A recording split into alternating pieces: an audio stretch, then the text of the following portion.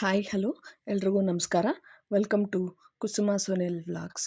ನಾವಿವತ್ತು ಒಂದು ಸುಂದರವಾದ ಸೇವಂತಿಗೆ ಹಾರನ ಹೇಗೆ ಮಾಡೋದು ಅಂತ ನೋಡೋಣ. ನೋಡಿ, ಇಲ್ಲಿ ನಾನು ಈ 2 ಎಳೆ ದಾರಾನ ಒಂದು ಕುಟಾಣಿ ಅಥವಾ ಒಂದು ಸ್ಟೂಲ್ಗೆ ಏನಕ್ಕಾದರೂ ನೀವು ಹಿಂಗೆ ಈ ರೀತಿ ಕಟ್ಕೊಂಡು ಫಸ್ಟು ಒಂದು ನಾಟನ್ನು ಹಾಕ್ಕೊಳ್ಬೇಕಾಗತ್ತೆ. ನೋಡಿ, ಆ ಎಡ್ಜನ್ನು ಬಿಟ್ಟು ನೀವೇನಾದರೂ ಫೋಟೋಗೆ ಏನಾದರೂ ಹಾಕೋಕ್ಕೆ ಸ್ವಲ್ಪ ದಾರ ಬೇಕಾಗುತ್ತಲ್ಲ, ಸೊ ಆ ರೀತಿ ಸ್ವಲ್ಪ ದಾರಾನ ಅದನ್ನು ಮುಂಚೆನೇ ಗಂಟು ಹಾಕ್ಕೊಂಡು ನಂತರ ಇನ್ನು ಸ್ವಲ್ಪ ಮುಂದೆಗೆ ಬಂದು ಇನ್ನೊಂದು ಗಂಟನ್ನು ಹಾಕ್ಕೊಂಡು ಈ ರೀತಿ ಇನ್ನೊಂದು ಥ್ರೆಡ್ಡನ್ನು ನೀವು ಬಿಟ್ಕೊಳ್ಬೇಕಾಗತ್ತೆ. ನೋಡಿ, ಇಲ್ಲಿ ನಾನೀಗ ಫಸ್ಟ್ ಒಂದು ರೋಸ್ ಹೂವನ್ನು ಇಟ್ಕೊಂಡಿದ್ದೀನಿ. ನಿಮಗೆ ಲೆಂತಿಗೆ ಎಷ್ಟು ಬೇಕೋ ಅಷ್ಟು ದಾರಾನ ತೊಗೊಳ್ಳಿ. ಈಗ ಫಸ್ಟ್ ಒಂದು ರೋಸನ್ನು ಇಟ್ಕೊಂಡಿದ್ದೀನಿ. ಸೊ ಈ 2 ದಾರವನ್ನು ಸೇರಿಸಿ ಮಧ್ಯದಲ್ಲಿ ರೋಸ್ ಇಟ್ಟು 2 ದಾರವನ್ನು ಸೇರಿಸಿ ಆ ಕಡೆಯಿಂದ ಈ ಕಡೆಗೆ ಒಂದು ದಾರದಿಂದ ಆ ರೋಸ್ ಹೂವನ್ನು ನಾವು ಲಾಕ್ ಮಾಡ್ಕೊಳ್ತಾ ಹೋಗಬೇಕಾಗತ್ತೆ. ನೋಡಿ, ಅದೇ ರೀತಿ ರೋಸನ್ನು ನಾವು ಹೇಗೆ ಲಾಕ್ ಮಾಡ್ಕೊಂಡಿದ್ದೀವಿ ಅದೇ ರೀತಿ ನೋಡಿ, ಈ 2 ದಾರದ ಸೆಂಟರಲ್ಲಿ ನಾವು ಸೇವಂತಿಗೆ ಹೂವನ್ನು ಇಟ್ಟಿದ್ದೀವಿ. ಮತ್ತು ಈಗ ಆ 2 ದಾರನೂ ಸೇರಿಸಿ ಈ ಕಟ್ಕೊಳ್ಳೋಕ್ಕೆ ಅಂತ ಒಂದು ದಾರ ಬಿಟ್ಟಿರ್ತೀವಲ್ಲ, ಆ ದಾರದಿಂದ ನಾವು ಇಲ್ಲಿ ಸ್ವಲ್ಪ ಟೈಟನ್ನು ಮಾಡ್ಕೊಳ್ತಾ ಇದ್ದೀವಿ. ನೋಡಿ, ಈಗ ಆ ಹೂ ಹೇಗೆ ಲಾಕ್ ಆಯಿತು. ನೋಡಿ, ಇಲ್ಲಿ ಮತ್ತೆ ಒಂದು ರೋಸ್ ಹೂವನ್ನು ಇಟ್ಟು ಮತ್ತೆ ಅದೇ ರೀತಿ ರಿಪೀಟ್ ಮಾಡ್ತಾಯಿದ್ದೀನಿ. ಇದನ್ನು ನೀವು ಸ್ವಲ್ಪ ಕಾನ್ಸಂಟ್ರೇಟ್ ಮಾಡ್ಕೊಂಡು ನೋಡ್ಕೊಂಬಿಟ್ರು ಸಾಕು, ನಿಮಗೆ ಆರಾಮಾಗಿ ಮನೆಯಲ್ಲೇ ಸುಂದರವಾದ ಒಂದು ಹಾರನ ಮಾಡ್ಕೊಳ್ಬೋದು. ಮತ್ತು ಈ ರೀತಿಯ ಹಾರಗಳನ್ನು ಮಾಡ್ಕೊಳ್ಳಿಕ್ಕೆ ನಿಮಗೇನು ಹೆಚ್ಚು ಹೂವು ಬೇಕು ಅನಿಸಲ್ಲ. ಕೆಲವು ಒಂದು 15 ಸೇವಂತಿಗೆ ಹೂವು ಮತ್ತು ಒಂದು 20-25 ರೋಸ್ ಹೂವು ಇದ್ರೇ ನೀವು ಒಂದು ಸುಂದರವಾದ ಒಂದು ಹಾರನ ಮಾಡ್ಕೊಳ್ಬೋದು. ಈ ರೀತಿ ಹಾರಗಳನ್ನು ಈಗ ಹೇಗೂ ವರಮಹಾಲಕ್ಷ್ಮಿ ಹಬ್ಬ, ಗಣೇಶನ ಹಬ್ಬ, ಇನ್ನು ಹಬ್ಬದ ಸೀಸನ್ಗಳು ಬರ್ತಾ ಇರೋದ್ರಿಂದ ನಿಮಗೆ ಈ ದೀಪದ ಅಲಂಕಾರಗಳನ್ನು ಮಾಡೋಕ್ಕೆ ಸಹಿತ ದೀಪಗಳಿಗೆ ತುಂಬ ಹೆವಿ ಹೂಗಳನ್ನೆಲ್ಲ ಹಾಕಿದ್ರೆ ಎಲ್ಲ ಅದು ತಡೆಯೋದಿಲ್ಲ. ಅದ್ರ ಬದಲು ಈಗೆಲ್ಲ ತುಂಬ ಮಾರ್ಕೆಟಲ್ಲಿ ಸಿಗುವಂತಹ ಪ್ಲಾಸ್ಟಿಕ್ ಹೂಗಳನ್ನು ಹಾಕ್ಬಿಟ್ಟು ಅಲಂಕಾರನ ಮಾಡ್ತೀರಾ. ನೋಡಿ, ಅದ್ರ ಬದಲು ಈ ರೀತಿ ಸಿಗುವಂತಹ ನ್ಯಾಚುರಲ್ ಫ್ಲವರ್ಸಿಂದನೇ ವೆರೈಟಿಯಾಗಿ ಕಟ್ಕೊಂಡು ಆ ಆರ್ಟಿಫಿಷಿಯಲ್ ಫ್ಲವರ್ಗಳಿಗಿಂತ ತುಂಬ ಚೆನ್ನಾಗಿ ಕಾಣುವ ರೀತಿ ನಾವು ಮನೆಯಲ್ಲೇ ಮಾಡ್ಕೊಳ್ಬೋದು. ಆದರೆ ಸ್ವಲ್ಪ ಪೇಷನ್ಸು ಬೇಕಾಗತ್ತೆ ಅಷ್ಟೇ. ನೋಡಿ, ಇಲ್ಲಿ ಈ ರೀತಿ ಹಾರಗಳನ್ನು ನೀವು ದೀಪದ ಅಲಂಕಾರಗಳಿಗೂ ಸಹಿತ ಬಳಸ್ಕೊಬಹುದು. ಈ ಕಾಮಾಕ್ಷಿ ದೀಪಗಳ ಸುತ್ತೂ ಹಾಕಕ್ಕೆ ಯೂಸ್ ಮಾಡ್ಬೋದು, ಅಥವಾ ದೊಡ್ಡದು ದೀಪಾವಳಿ ಕಂಬ ಬರುತ್ತಲ್ಲ ಅದ್ರ ಸುತ್ತು ಆ ಪ್ಲೇಟ್ ಕಾಣದಿರೋ ರೀತಿ ರೌಂಡಾಗಿ ಹಾಕ್ಕೊಳ್ಳಿಕ್ಕೆ ಯೂಸ್ ಮಾಡ್ಬೋದು. ಅಥವಾ ಸಣ್ಣ ಸಣ್ಣ ಫೋಟೋಗಳಿದ್ರೆ ಆ ಸಣ್ಣ ಸಣ್ಣ ಫೋಟೋಗಳಿಗೆ ನಾವು ದೊಡ್ಡ ಹೂವಿನ ಹಾರಗಳನ್ನು ಹಾಕಿದ್ರೆ ಅದು ತಡೆಯೋದಿಲ್ಲ. ಸೊ ಆವಾಗ ಈ ರೀತಿ ಕಡಿಮೆ ಹೂಗಳನ್ನು, ಲೈಟ್ ವೆಯ್ಟ್ ಇರುತ್ತೆ ಹೂವಿನ ಹಾರ, ನೋಡೋಕ್ಕೂ ತುಂಬ ಚೆನ್ನಾಗಿ ಕಾಣುತ್ತೆ. ಈ ರೀತಿ ಹಾರಗಳನ್ನು ಮಾಡಿಕೊಂಡು ನಾವು ಸಣ್ಣ ಸಣ್ಣ ಫೋಟೋಗಳಿಗೂ ಸಹಿತ ಹಾಕ್ಕೊಳ್ಬಹುದು.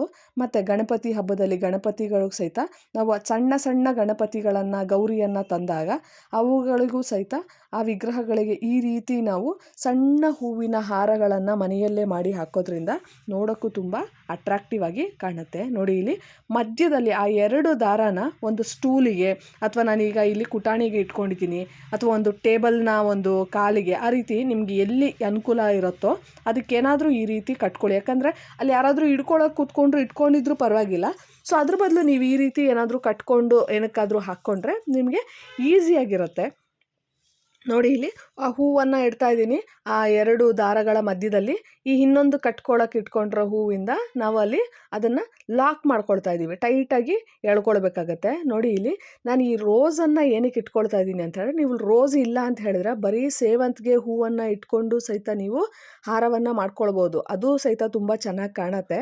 ಬಟ್ ಇಲ್ಲಿ ರೋಸನ್ನು ಯೂಸ್ ಮಾಡೋದ್ರಿಂದ ಇದೊಂದು ವೆರೈಟಿಯಾಗಿ ಆ ಹೂವಿನ ಕೆಳಗಡೆ ಇದನ್ನು ಕಟ್ಟಿರೋ ರೀತಿ ಕಾಣಲ್ಲ, ಏನೋ ಕೋಣಿಸಿ ಅಟ್ಯಾಚ್ ಮಾಡಿರೋ ರೀತಿ ಕಾಣುತ್ತೆ.